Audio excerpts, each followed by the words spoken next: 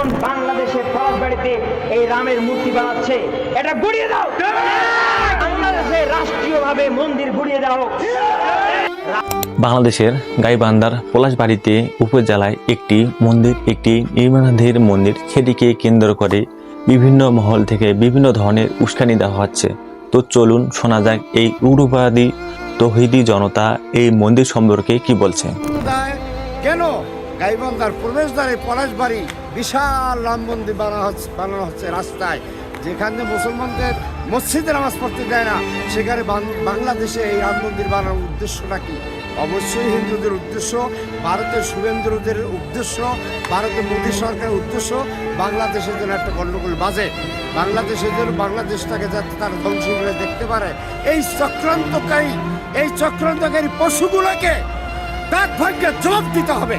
তাই আমি মানুষের প্রধানমন্ত্রীর প্রতি অনুরোধ জানাই বলছি, আপনি 24 ঘন্টার মধ্যে এই রাম মন্দির বানানো বন্ধ করে দেন, না হয় সারা বাংলাদেশে এর জের শুরু হয়ে যাবে, যা বন্ধ করার সুযোগ আপনার থাকবে না। মেহেরবানি করে এখানে অলসতা আপনি করবেন না। আজকে বাইতুল মোকাররমের সামনে আমি বেলায়েত হোসেন আল ফিরোজী জাতীয় ইমাম সমাজের মহাসচিব প্রতিবাদ জানাইতে বাধ্য হলাম। মেহেরবানিকে আপনি 24 ঘন্টার মধ্যে রাম মন্দির বানানো বন্ধ করে দেন, অন্যথায় সারা বাংলাদেশে বিশাল বড় একটা গ্যাঞ্জাম লেগে যাবে, যেটা আপনি কোনো সময় বন্ধ করতে পারবেন না। তাই রাম মন্দির বন্ধ করুন। তীব্র প্রতিবাদ আমরা জানাই। কি ধরনের হুমকি, কি ধরনের উস্কানি কিন্তু দেওয়া হচ্ছে।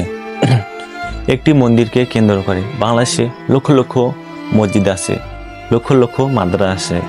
সেসব মাদ্রাসায় প্রতিনিয়ত বলাৎকারের ঘটনা ঘটে, কিন্তু এই ধরনের মোল্লাদের সে সময় খুঁজে পাওয়া যায় না। একটি মন্দির, সেটি একটি ধর্মীয় প্রতিষ্ঠান। তো হিন্দু সনাতনী ধর্মাবলী আমাদের কাছে এটি একটি পবিত্র স্থান। বাংলাদেশের মুসলমানদের কাছে যেরকম মন্দির একটি পবিত্র স্থান, সেরকম সনাতনীদের কাছে মন্দির একটি পবিত্র স্থান।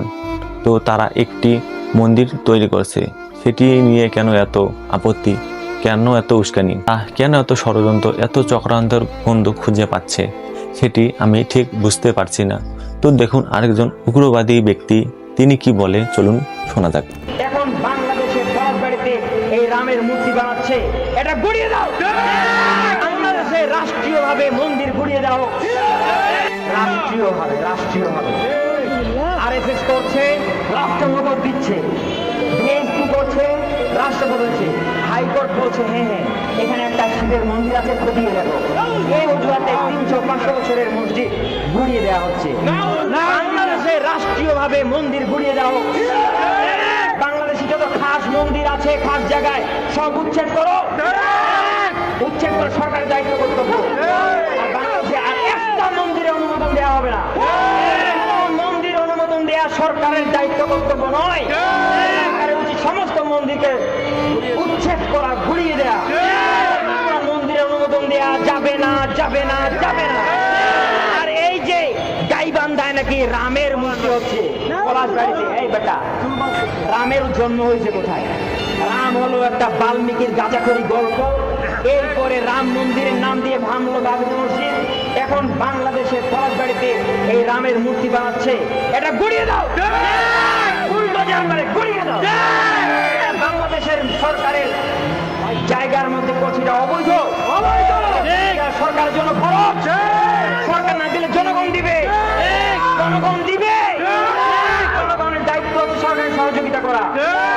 বাংলাদেশে রাষ্ট্রীয়ভাবে মন্দির গুড়িয়ে দিতে হবে।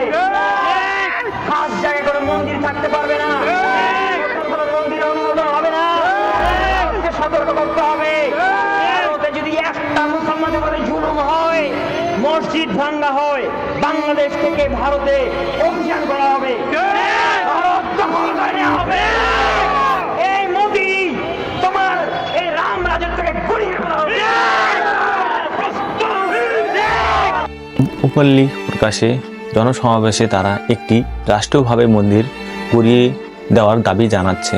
ভাবা যায় একটি বাংলাদেশে নাকি একটি ধর্মনিরপেক্ষ রাষ্ট্র, বাংলাদেশ নাকি একটি অসাম্প্রদায়িক রাষ্ট্র।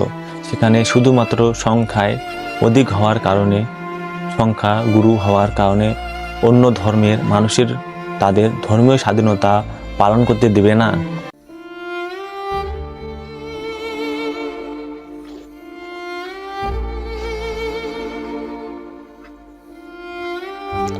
কিন্তু তারা যখন অন্য দেশে যাবে সেখানে তারা সংখ্যালঘু, কিন্তু তারা নিজেদের ধর্মীয় স্বাধীনতার ব্যাপারে একদম টানাটন থাকবে। মানে তারা তাদের ধর্মীয় স্বাধীনতা তারা আদায় করে নেবে, কিন্তু তারা যেসব জায়গা সংখ্যায় অধিক আছে সেসব জায়গায় তারা অন্য ধর্মের মানুষদের কোনোভাবেই তাদের ধর্মীয় স্বাধীনতা পালন করতে দেবে না। তো এই যে একজন উগ্রবাদী মোল্লা তিনি কি বলছেন আপনারা শুনলে রাষ্ট্রীয়ভাবে নাকি মন্দির ঘুরিয়ে দিতে হবে। এটা মানে এই ধরনের ব্যক্তিরা এখনো গ্রেপ্তার না হয়ে তারা বাংলাদেশে ঘোরাঘুরি করছে, এটা তো মানে আশ্চর্যের বিষয়। এবং সে ডিরেক্টলি মবের উস্কানি দিচ্ছে যে সরকার কোনো ব্যবস্থা না নেয় তাহলে জনগণ নাকি ব্যবস্থা নেবে। জনগণ কারা, সে জনগণ কারা আপনারা খুব ভালো করে জানেন। চলুন এরপরে আরেকজন ব্যক্তি তিনি কি বলছেন তাদের মুখ থেকে কিছু শুনি। ৭৫ ফুট রামের বড় মূর্তি নির্মাণ করা হচ্ছে গাইবান্ধা পলাশবাড়িতে, আমাদের গাইবান্ধা পলাশবাড়িতে। আমরা এখন যদি এই বিষয়ে কোনো কথা বলি তাহলে এগুলো উস্কানিমূলক কথা হবে, ধর্মদ্রোহী কথা হবে, আমরা সংখ্যালঘুদের উপরে আক্রমণ করি। কিন্তু আমাদের প্রশ্ন হলো এই জাতির কাছে, এই জাতির বিবেক যারা আজকে সংসদে বসে আছে তাদের কাছে আমাদের প্রশ্ন, বিশেষ করে ইসলামী আন্দোলনের কর্মীদের কাছে আমাদের প্রশ্ন, এই অনুমতি পাইল কোথায়? এই মুসলিম অধ্যুষিত এলাকায় ৭৫ ফিট উঁচু রামের মূর্তি তৈরি করবে আমাদের বুকের উপর বসে থেকে।